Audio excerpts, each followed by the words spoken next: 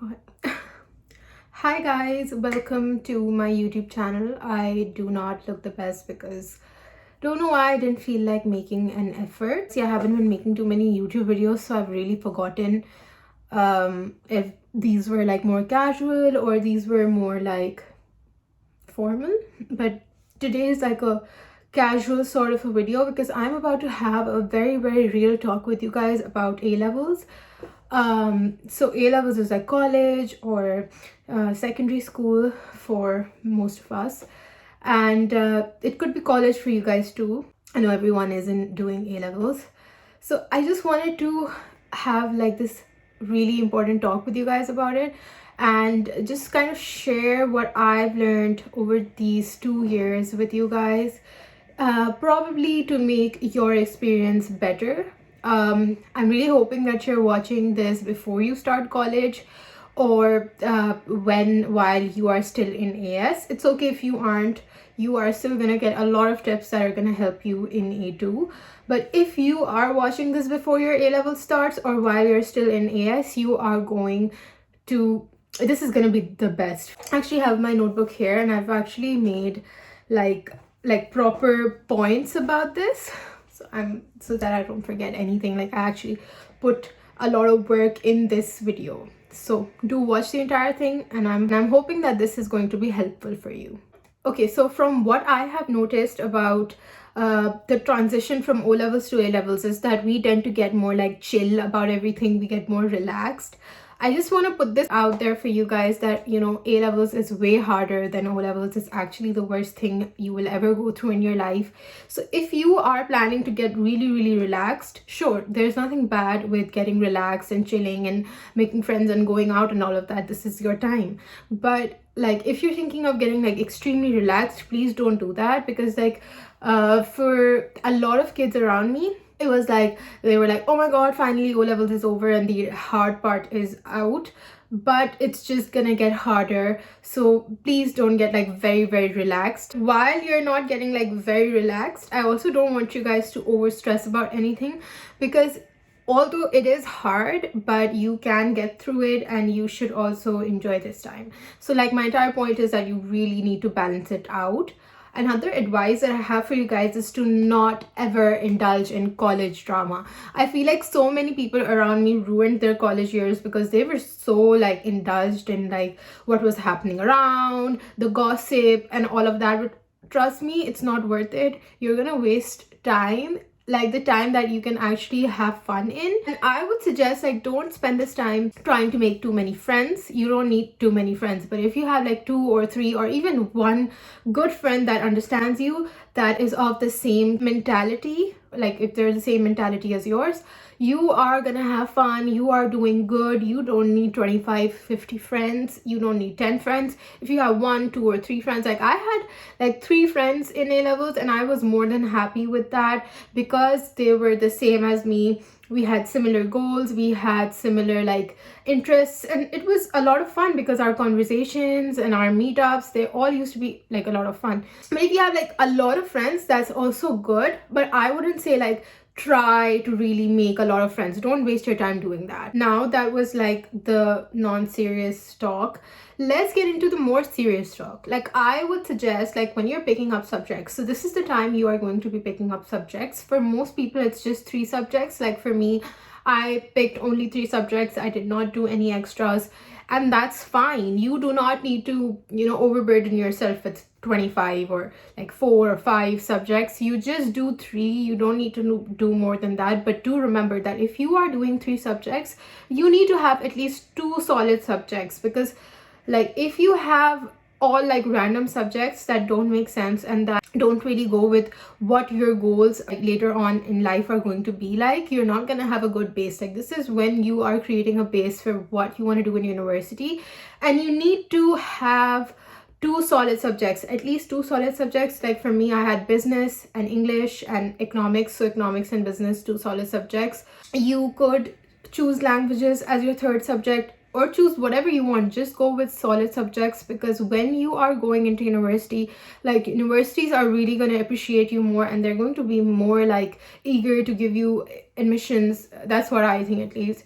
If you have like a good like good subjects, and you know, if you don't look very confused, that's good. You have to think about what you want to do, and then you have to, you know, I would suggest pick subjects according to what you want to do, what you think you want to do at that time. It's okay if later on, like university, you don't want to do that, but at that time just think about what you really want to do. If you want to do something in business or sciences, pick accordingly, but do pick like a good combination of subjects. Okay, so the next thing is that if you thought like you were writing really long answers or a lot of essay like answers in O levels, that was nothing.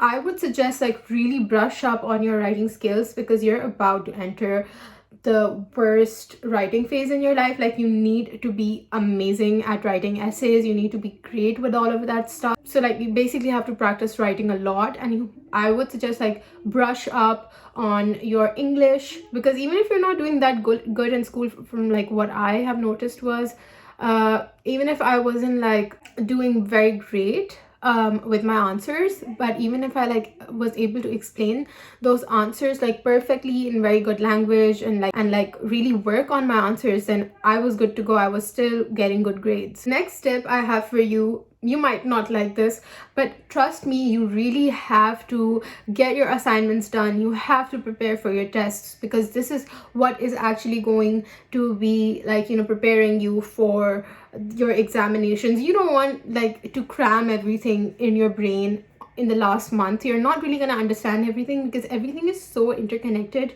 in A levels. So unless you're putting in like a lot of time, and a lot of time basically understanding what you've done, you're not gonna get a good grade.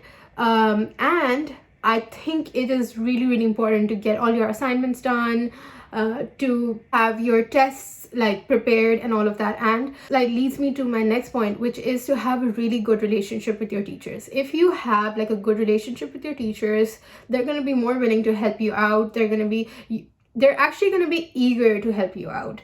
And a good relationship is formed by actually working hard. If they're seeing that you're working hard and you're trying to do better, and if you're polite and nice towards them, and understanding towards them, and helpful too. I just feel like having a good relationship with your teachers is very important, and that is going to help you out a lot, even in school, even in university. I feel like what really helped me out was that I had a good relationship with my teachers, with my heads, all of that. And I feel like that provided me with a more comfortable like studying and developing environment. And if you allow yourself to have that sort of an environment, you are towards the right path. Next thing that we're talking about is actually really important.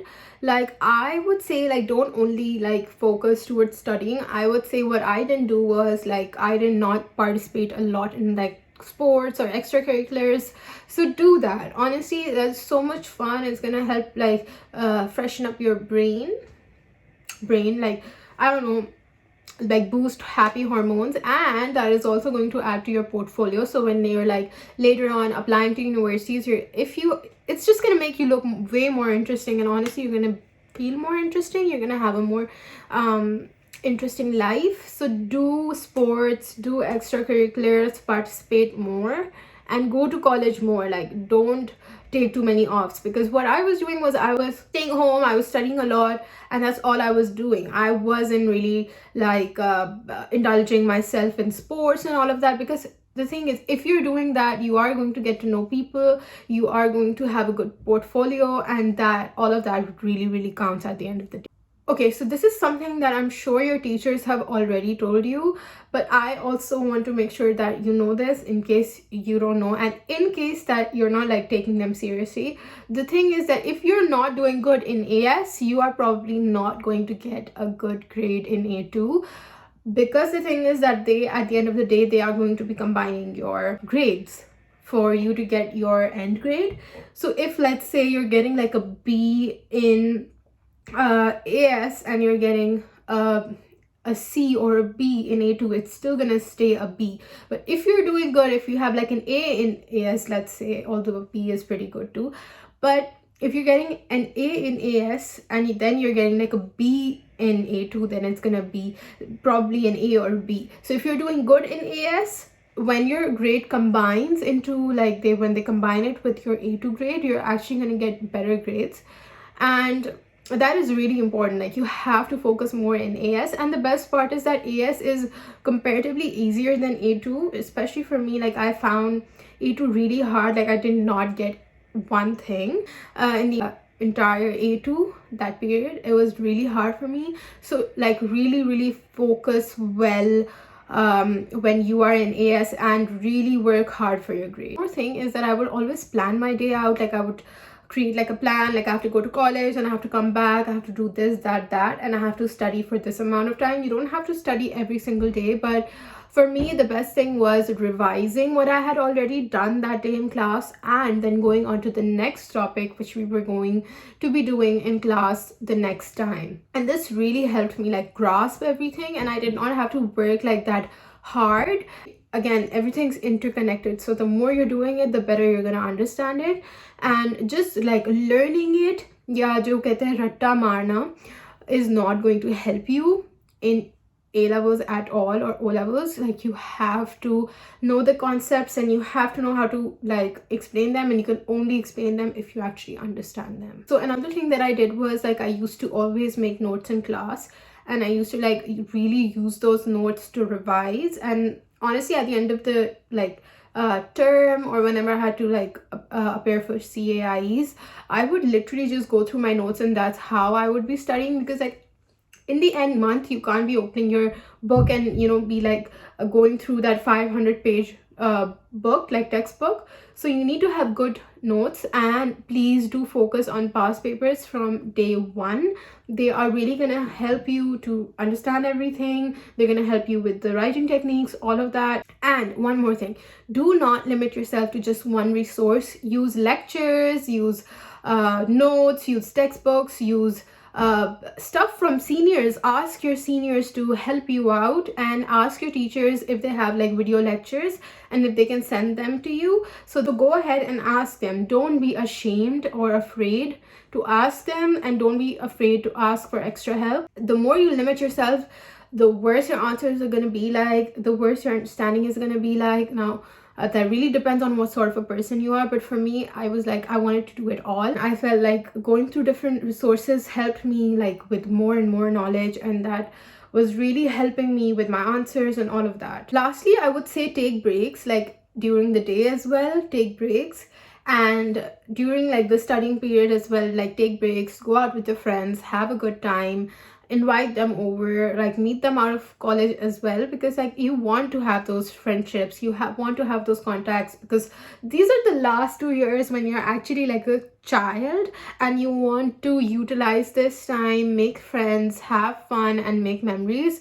Because like university life, even though it's not that hard, it is going to get harder, and you are going to be growing up. Use this time, make friends, and just enjoy your life, but also go balance everything out. Well, that was all for today's video, but I have actually decided to make a video about like guiding you guys through at the SAT, the IELTS, like a lot of these tests that we are, you know, recommended to give during our A levels.